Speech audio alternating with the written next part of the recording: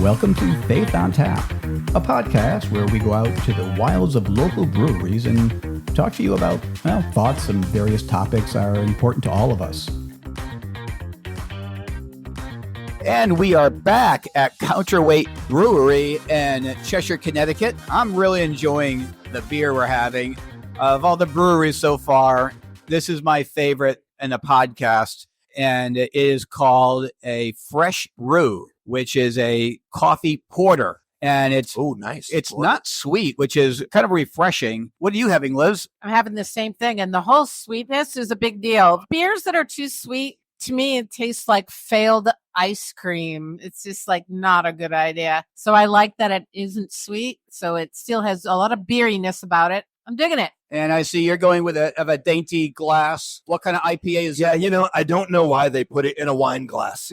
I can't figure that out. But it is their Crucial Mass double IPA. And it is one of the more smoother double IPAs I've had in a while. So it's good. Yeah, they definitely do a good job with the beer here. Yeah, so we give 3 thumbs up today. And what would be something you would do in life if you knew you wouldn't fail? And again, it's a fairly open question. I guess the failure is the big part. So where do you think this is going to go, Liz? I think people are going to end up talking about things that reflect who their heroes are. Maybe they would try out for different sports. That's who they tend to think about, or performers and entertainers. So I bet we'll hear a lot of people saying, oh, I would definitely be a football player, or I'd be on Broadway, or something like that. My guess is they'll tip their hand of who they admire. It's just, I wonder if it's all going to be associated with like career orientation. Like I would try, if there was no failure, what would I pick? I'm not quite sure. Well, we'll have a chance to ponder that for yourself later, but I'm not sure it's going to be a money thing. It'll be money, fame, or excitement. I don't know. That might be something else, but putting people on the spot is always pretty difficult too. But yeah, right. All right, let's go around and see what they have to say.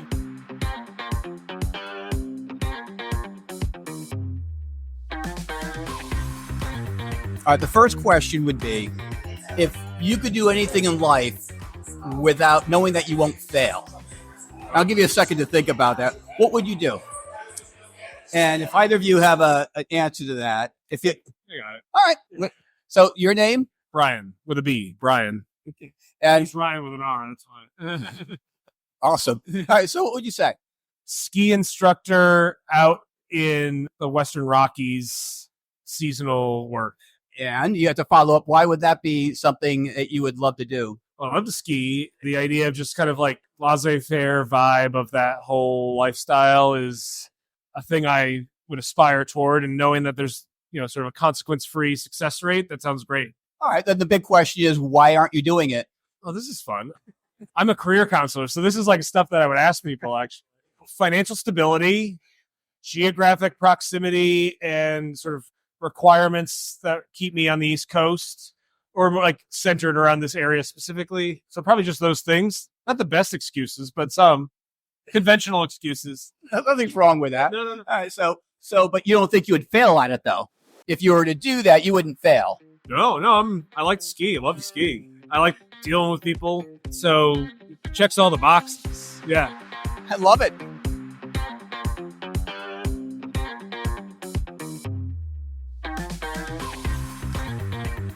If you knew that you would not fail, what would you try? Oh, I would play. I don't know if you are familiar with the cricket game. I would play cricket. Professionally, I would assume. Yes. Yeah. Like, have you grown up watching cricket? Have you played it amateur-wise? I've grown up watching, and I also played. Oh, really? Yeah. Nice. Yeah. Nice. So, cricket star. Yeah. How about you? I'd learn how to surf. I'd like to go surfing every day and just have that. So learn how to surf. Yeah. Like something as simple as that. I think as it'd be very, surfing. Wow. I'm older, so that'd be pretty good. and so you don't want to break any bones. You don't want to. Exactly. There you go. That's the concern. So extreme sports kind of, but Exactly. Yes. Cool. Excellent. Well, thank you guys so much.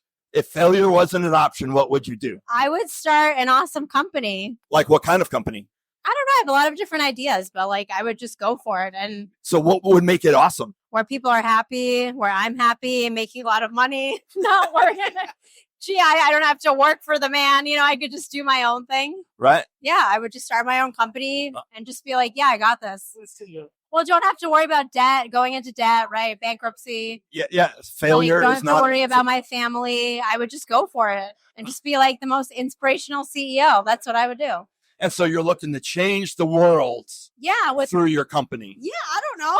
Something. That's an awesome dream. Yeah, I don't know. Come That's on. what I would do. If failure was not an option, I would do that. Failure was not an Because I option. think a lot of people are like, I don't want to start a business. It's really scary. If I knew that it would work out, I would just go for it. So is that what stops you from starting an awesome business now? Yeah. Fear of failure? Yeah.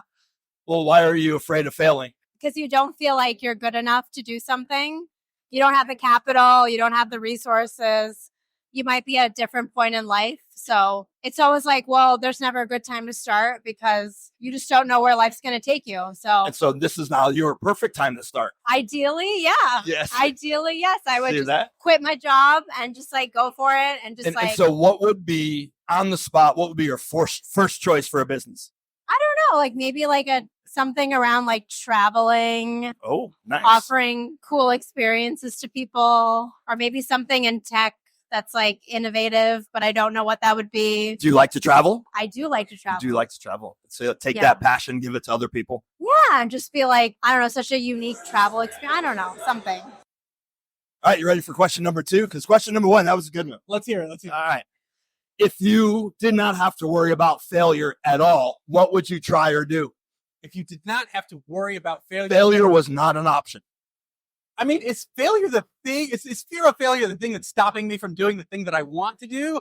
I don't know if that's what's stopping me from conceptualizing the thing that I would want to do.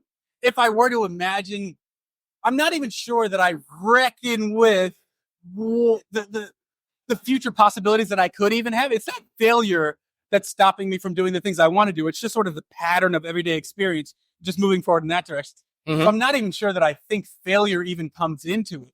I mean, when I think about failure, I think about fear. Most of the fear in my life is usually just related to being boxed into like a space that's comfortable.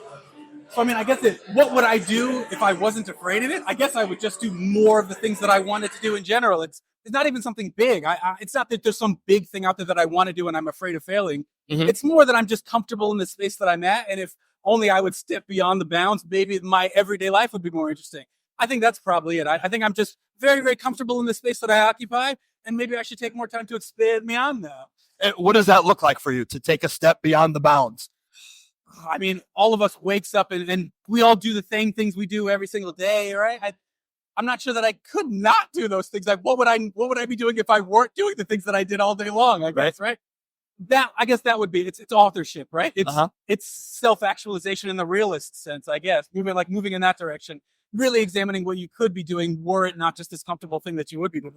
I guess I'd have to say that, right? Really reconceptualizing what my life could be, as opposed to just sort of optimizing what I have, I guess, in that sense. I think I'm more of an optimizer as opposed to like fully really conceptualize. So you want to dream big. And it's not even that I want to dream big. I guess I wouldn't even do it because it seems dreams are what other people do who have opportunities available to them. I'm sort of just, I'm living my life. I'm not dreaming. I'm living my life, I guess is what I would say. Do you have any dreams of something that in the future you want to achieve or you want to get to? I'm not even sure. No, I wouldn't even say that. I wouldn't say no, there's a thing that I dream about. I think we all have hopes that things will be better. But I wouldn't say that there's an actual concrete thing that I'm reaching for, dreaming for. No, I wouldn't say that. I think I would just mostly say that like contentment in that abstract sense. That's what mostly I'm looking for, contentment. Yeah. Cool. Perfect. Well, thank you guys so much. Oh, Very super much fun. appreciate it. Questions. Thank you.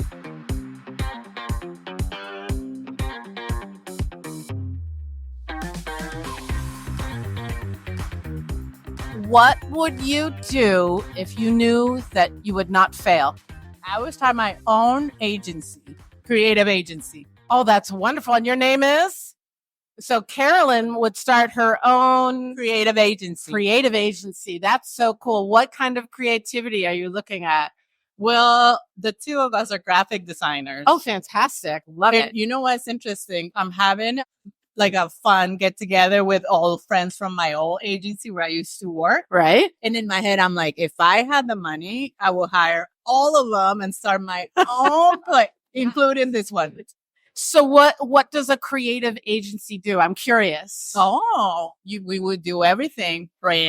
From brand to websites to anything that's needed. Oh, that's Social really media. cool. I love it. Research for if you have a product, we will help you. In your not fail universe, what would you want to name your business? What would we call this? It's something that I always have in mind. It's just not like I'm not afraid of failing, but it would be too much responsibility in my hands to have like all these people work for me. For sure. But I don't know what the name would be, to be honest. Well, it's something to ponder anyway. So now it's worth like investing because it seems like that's part of your heart. I know. And I mean, like, I gotta say, your face lit up when you started talking about it. You're now working. You work for an in-house department, correct? There's a difference between having working for an agency and working in an in-house department. So you work for an in-house department for a corporation, pretty much, which is great too. Just the thought of having your own clients who trust you and who actually paying you and putting their brand in your hands. Oh, that's beautiful.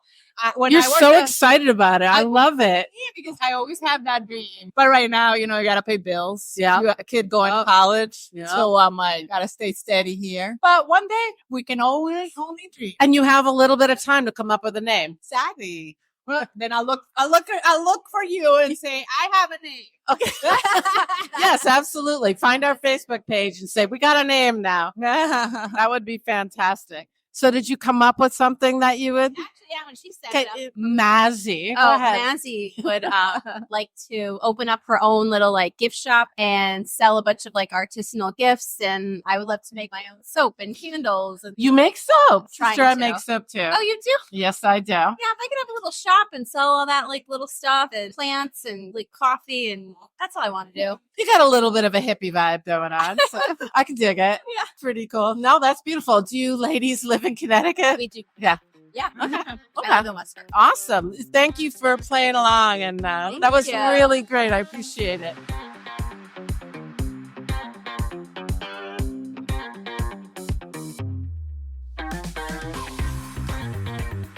And we have Liz here today.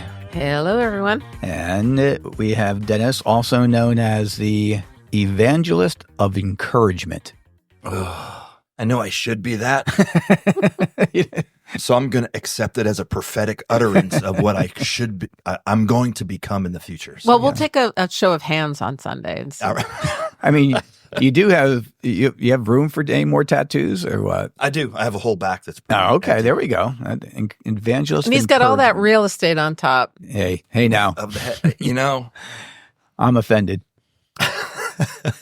Tonight we asked the question, if you could do anything you wanted and you wouldn't fail, what would you do? So, where sometimes I do this, I say, well, okay, what are some things that people would actually do? And I compiled a list. And now, Dennis, you should be excited about this because if I recall correctly, you tore apart. I'm a reigning champion. Yeah, right yeah, you're undefeated for the last time this happened. I'm 1 in a row. Yes. So I have a list of 10 things that people would do if they know they wouldn't fail. And I'll tell you what, we'll play this game a little bit different. The first person who can guess the first 4, I'll say the winner. So we'll start. There's 10 on the list. There's 10. There's 10. And since you're the reigning champion, Are they broad or are they specific? Because that's they're further broad. They're broad. That's a problem. Top 10 things that people would do if failure was not an option. Correct. So you had to list one in the top 4. One of the top 4, I think, would be the winner. Become a pilot. Okay. So Liz, I was going to say that too. I just said you asked to be specific. I said, no, it's not specific. To fly. And I'm flapping my wings. No, because they'd we have rather no be video. invisible. That might be a good podcast for a later time. Anyway, Liz, you have a chance of regaining your championship ring. Yes. It's not having to do with being a pilot. Okay. I would say that they see now he was super specific. I could do something incredibly broad and I'll probably be wrong. But try. They would follow their childhood dreams. Oh, That's not on the list. So It's it's not. not that good. all right. But that's a good one. All right. Okay, So, well, you should probably say it then. no, I can't. Oh my goodness. Become a doctor. When I said a pilot was too specific, you thought being a doctor would be more. Well, you have a podiatrist, you have the guy that does the hemorrhoids, and you still have all of the other and doctors. still you're wrong. And still you're wrong. So you want to be more specific, Liz? Become some sort of famous artist of some sort, music or art or theater or something like that. Become a sports star. You can shut up. Yeah, Dennis. you stand down there. I think past our pretension. I think number 2 says pursue a creative career. Countless people dream of becoming artists, writers, musicians, or actors, but worry about financial instability or lack of success. That sounds exactly what I just said. Dennis? I would disagree with the exact I'll tell you phraseology I'll of tell that you last what. statement. I will give you the number 1 seed. If you can, that was number 2. If you can guess number 1. It's probably a sports star, professional Okay, sports. so you didn't deserve. Wait. You somebody that would want to exercise you a could- lot and make money Yeah. in the world of heavens to sports. Murgatroyd. This is embarrassing. Some others on the list. The first one. Wait. Oh, Can you I wanna go try again? another one? Oh, you're getting cocky. All right. No, just I'm going she's to getting cocky. say pursue politics. No. She's I your wouldn't- wife. Really? You're reaching for straws now. There's no straw I'm reaching He for. knows which side the bread is buttered on, man. I seek the truth only, and there's not there. Here's Just number let me 1. let me try to read. You're going to embarrass yourself again. That's okay. I'm a pastor. Learn how to knit. It happens on a very regular basis. Failure wasn't an option. I have no idea. Play lottery. I don't know. Number 1 was start a business. That's dumb. 3, I think, is kind of dumb. Travel the world. How do you fail at traveling the I world? don't know. Get lost. I don't It's know. like, well, that country was dangerous. Go back to school. I can see that. Yeah, I was. But that's not be a doctor. No, No. it's nothing to do with that. Take risk in relationships. What I'll read what it says. Whether it's confessing feelings, mending broken relationships, or deepening commitments, people often hold back because of fear of rejection or vulnerability. That's actually really good. Yeah, it is. I was thinking it. Dennis wasn't. It was dumb. Relationships. Then we had learn something new. That's cool. That's lame. A little bit. Start a social movement or charity. Again, I'm not sure how you fail at that. Invent or build something. okay. I can get behind that one. Become a cancer researcher, and failure's not an option. You've cured it. Boom. Is Dan still talking here? Okay. That is deep. Wow. Come on. That is deep He's, right he's there. just like trying to do the. No, I that's- want for my first wish. I want infinite wishes. That's well, yeah. That's the wish. And the last one, which is almost, I'm not sure it's lame, but it's face their greatest fear, whatever that greatest fear is, to actually face it. Yeah, that's good. So- That's not lame. That's good. So I guess before I ask you guys, from the people's responses, was there anything that actually stood out to you when we talked about this? It did for me. Everybody had this dream that they have not gone after because of fear of failure. One of the guys that we interviewed said that almost that our question infers that failure should be feared. So if you don't fear, or if you have no fear of failure, then what will you try? And I thought, wow, failure is associated with fear. And so that's what it comes down to. And that's what I heard in most people's responses was, I don't want to venture out because I'm financially stable here, or I'm stressed out. And it's fear that keeps people in this place of stalemate. Before you asked that question, what were you think the reason why failure would be frowned upon by them if it wasn't fear? I've always lived in this mantra of there's no such thing as failure except failure to learn. If I do something and it doesn't turn out right, and I've learned something, I haven't failed. What I didn't turn out the way I expected it to. And so in that, I didn't think that fear was going to be the main, what I interpreted as the main emotion that was associated with failure. Let me ask you, because we go up to the breweries and we go ask people, a lot of times we'll go solo to a table. I don't think any one of us looks forward to that march to the table to ask them. So what are we fearing at that point? Well, a fear of rejection, fear of failure. Yeah, that's what I'm saying. So So, what's that it's- mantra you've been telling yourself? and it's no longer, what is failure? In a few weeks, we're going to air a podcast where my question to a couple people failed miserably, laced with profanity and unusable material. And they did some profanity as well. Well, yeah, and I had to, had to keep it up with the Joneses. So, I don't know if it's fear that leads us in that aspect, or is it just apprehension? Just like, I got to go talk to people, and But why are you apprehensive about doing it? out of the comfort zone? I'm not sure fear is that we've overcome those fears because each of us have gone every time. I don't want to do this, but here we go. Yeah. So it's not a fear that just kind of robs you of all motivation and or ability to perform, but it's an apprehension that says, okay, I'm out of my comfort zone, but I'm going to do this. Well, I guess the way I look at it, the fear of failure would be, for me anyways, pride. If I am being shot down, that's a direct assault on who I am, and my pride would get hurt, which is obviously the wrong way of doing things. Mm-hmm. And that's why I do go up, because that's something I always had to deal with. And I'm saying, okay, well, this is one way. The whole idea of salesmanship, I always say I hate the idea of salesmanship, because I don't want to be rejected because, well, I think I'm right. If they reject it, then my pride is hurt. And I'm not proud of that. I'm just being honest with you. Yeah, pride plays a big role in it. But Pride a plays failure. a big role in failure. Yeah. I don't want to fail because, as a pastor of a church, when I fail in my pastoral duties, I fail amongst a lot of people. A lot of people see, oh, oops, so it. And there might be something important writing on that for someone who's in your position, where someone who's working at Cumberland Farms, if they make a mistake or whatever, it's not going to be devastating in the same way, Right. or damaging. I'm not saying that you're damaging people, but I just have. saying. Believe me. I'm just saying that the stakes are different. Yeah, I agree. And I appreciate that comment, because I learned a bunch of years ago the weight of my words. I believe that there's an extra spiritual gift that is not in the Bible, listed in the Bible anyway, and that's the gift of sarcasm. Amen, brother. And I excel in that gift. God has blessed me abundantly. I've learned that not everyone understands my sarcasm. And I have failed many times over trying to get people involved in certain things, or trying to get people not involved in certain things because of my sarcastic bent. Yeah. As a teacher, I see it all the time. Upperclassmen, people, juniors and seniors in high school, people get up the front row, wait for my sarcasm to come in. They making notes and they rate my sarcasm. Then I go to a 9th grade class. I'm using similar material and they're looking at me like I have 3 heads. And they go, well, you see, what I meant was. Yeah, sarcasm. And when I did middle school, it's even more pronounced, because I had to learn that sarcasm tended to be painful for some of these kids. And so I had to really learn,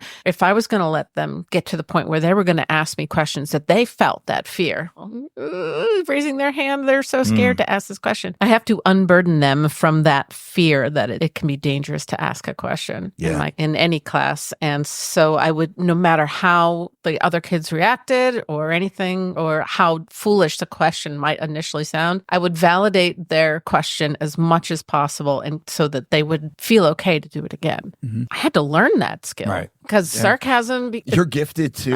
Oh, we all are. I think we all are here. I might have a gift. It's just something very different when you're dealing with young teens. They're just learning all this stuff. But they would learn over the course of a year when it's okay to do that stuff. And me too. I'd learn it with them as well. Yeah, when my freshman class, that did say to me, like in April, I didn't get what you were doing in September and October, but you're funny. I love the stuff that you do. Oh, okay.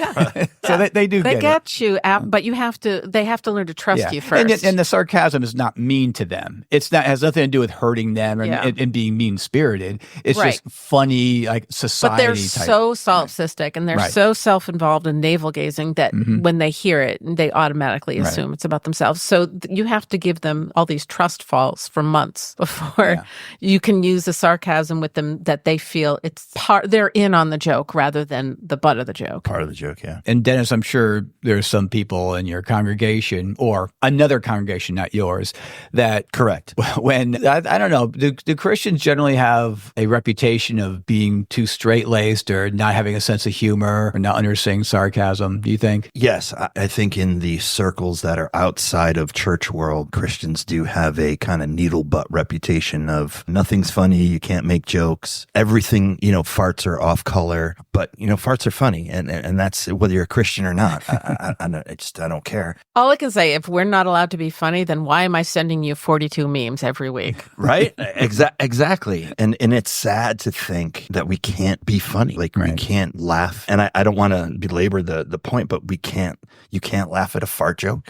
Back to some serious business. What I was thinking about, what are some other reasons besides failure that people don't want to do what they dream of doing? And I have no idea if this is true or not, but this is the stuff that I came up with. Laziness. I guess this goes along with the complacency. They're a little different. You have a routine. You don't want to ruin that instead of striving for something better. Well, one of our answers talked about, I don't know if I would do anything different than I'm doing now because I'm comfortable, but yet maybe I should. And yeah, I mean, I tell everyone, it's like, I don't want people, I have brothers and sisters who treat me like I was 16. They remember me when I was 16 and they had that type of relationship with me at times, but it's like, I don't want to think 6 months from now, I hope I've changed enough. I don't want to be complacent in who I am because Lord knows, have a lot of change still left in me. So I try to reflect on that. So complacency, be honest, I probably go the other end. I get bored real easy, way too easy. And I need to change things and I don't handle it well. But I think so laziness and complacency, you both agree with those are two other reasons why people don't? Yeah. And I was thinking another one is that this big plan that they have, they just don't know where to start and how big is this thing? It might be too big for them.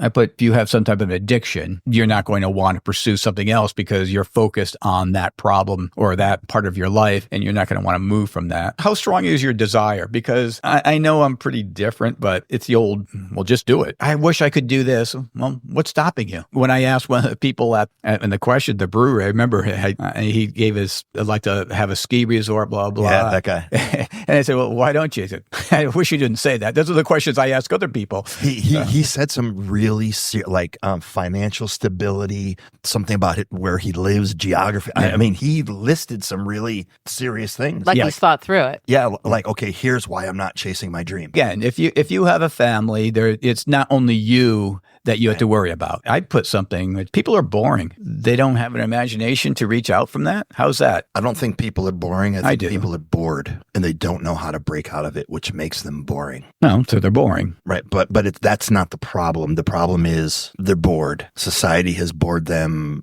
See, I don't know. I mean, you're kind of running in circles. You say people aren't boring, they're bored. If you understood the world and you are fascinated by the world and around it, you wouldn't be bored. And if you wouldn't be bored, you would be boring. I think maybe it goes along with my last thing I wrote down, that we are too domesticated. That's what I'm saying. There you go. Yeah. I agree with that. We've been given sweets and electronics, and then people just don't know what to do at that point. So that goes along with my complacency, and we don't have a strong enough desire because we're domesticated. We get our three squares. Yeah, I've had two different types of turkeys. One is the heritage breed, which are like quasi-wild, and so they're smaller, they're more intelligent, and they kind of like do their own thing. And now, so I don't have them anymore, but I do have the meat birds for Thanksgiving out there, and they are not the same. They are deeply, deeply domesticated. They're not smart. They don't need to be. They don't need to be smart. They will do whatever you tell them, pretty much. They're very complacent. With the other birds, they'd argue and complain, and they would bicker. And these boys, they're like burp, burp, derp, derp. Domesticated. And they're also, they're terminal. The other birds were pets more than anything else because they actually had personalities. These guys have one personality. And that's the same thing. We've domesticated our children in that context. Absolutely. That's what I'm seeing. I used to, one summer we lived on Swan Lake. I had to do my chores before 9 o'clock in the morning. And at 9 o'clock, I was able to leave the house. And I would leave the house for the entire day, not check in for the entire day. Oh, sure. Mm-hmm. And then when the street lights came on, I would have to be home. Right. Never checked in with mom and dad. And it was just adventure after adventure Exactly. after adventure after adventure, fishing, canoeing, swimming. That's the 70s and 80s, yeah? Yep, Yeah, we all lived yeah. like that. It was great. Now we had to have play groups, and you had to go to this at this time, and don't forget this practice at this time. It's all regulated. It's kind of sad. It's challenging. Yeah, and I mean, I hear people who have animals. They talk about this. If you took a wild boar and you put a fence around it, it would try to get out like crazy. Well, the wild boar has babies. You bring it in, you coddle it, you nurse it, and you give it a pen. It gets more comfortable. And generation after generation, that's how you domesticate animals, basically. And you give it the comfort. And sadly, in my opinion, we value safety over freedom now. Well, you know what I'm going to ask you, because we asked the questions, and I know you must have thought about what you would say. What would you do differently if you didn't fear? So I would be a church planter. I would just plant church after church after church. If failure was not an option, and that means you'd be like Paul. Exactly. I would. I would take that. I would take that mantle and I would go and plant churches. What stops me from planting churches? Fear of failure, fear of finance, fear of time, fear of domestication. Well, something I've thought of for years, everyone has a bucket list. And one thing I would like to try is stand-up comedy. Come on. I would go to that. Yes. There's a lot of fear in that. There's a ton Wow. of fear. Because in your head, you just think you're the funniest thing ever. Then you say stuff and it's wah, wah, wah. Yeah. In school, we had a couple of guys, that we would try our material out For sure. on each other, and Yeah. and then I'd bring it to the classroom and would write notes as like a comedian and add this to it, Yeah. or don't do this, and that's how you get your jokes for the next class. But we try our material out For sure. because we always think, when I go on tour, I do the college circuit, I'd say, Yeah. But boy, that is It's tough. standing up I just there. remember we went to a comedy show one time and he had like his students come up and each did like a 5-minute bit. And some of them were so painfully awful. I'm clapping because, these poor people, they're putting it out there They are in the laying it most. all out there. Oh my It was such a tender thing to watch them do this. And so I gave them as much support as I could. They were mostly awful. And so and when I watched them, I'm like, I can't be that bad. That's Well, not funny. I think Jordan Peterson said that. He said, you take a comedian and you need what? Like 10 minutes, 15 minutes material, and you could fail 99% of the time. You think about it. So every time you do a joke, you have 100 bits and one of them is successful. You write that down. And then you try other ones. And now you got another one. After 100 times, you have 100 good pieces. But and I thought that was really interesting. But no one wants to put that work in. It's a lot of A work. lot of and people lot do of put that failure. work in, but And- I feel like they have no amygdala, and so fear is not an option, and they're physically built to not fear. Yeah, I Well, think yeah, that obviously. I mean, billionaires, businessmen, I think of, entrepreneur big time. they look at failure as a stepping stone to success. Yeah. It's not a fearful Yep. thing. It's just, okay, that didn't work. It's a Let's learning. try It's a something else. lesson. Yeah, exactly. How about you, Mark? Mine's a little weird, but I think because I'm not fearful of a lot of things, I'll try things, I'll do things. The thing that I would probably like to do is maybe be missionary, being out there and living out into a community that you don't know anything about. You don't know the language. You don't know the culture. I think it's extremely noble. I think I respect the heck out of people who can do it. It's something that I just could not do. I wish I could, but it's not who I am. In a classroom, in the public, I can use apologetics to anyone. I have no problem. Failure wasn't a fear. Would you be that missionary? The fear that I would have of being a missionary, being a fish out of water, not being successful. And it's like, what am I doing? I just risked everything for something I'm really incompetent of, and I'm not really serving God. I'm not sure why I'm doing this, and all the questions that would come. Yeah, that'd probably be mine. Any last thoughts on the people we talked to had on you? They all seem to like thinking about it. I feel like it awakened something in there. Well, I think people like to dream. Yeah. But the dreaming And is just we were dreaming. tapping. Yeah, we were tapping into that, and a lot of them were like getting really kind of a little ooshy about it, which is kind of interesting. At least the people I talked to. One of the ladies I spoke to wants to be an inspirational CEO. Like, she didn't know what kind of business she wanted to start. But she wanted happy employees and making money and changing the world. I'm like, That's beautiful. that's awesome. Yeah, I like it. All right. It wraps up our show. Thank you. Thank you. Thank you.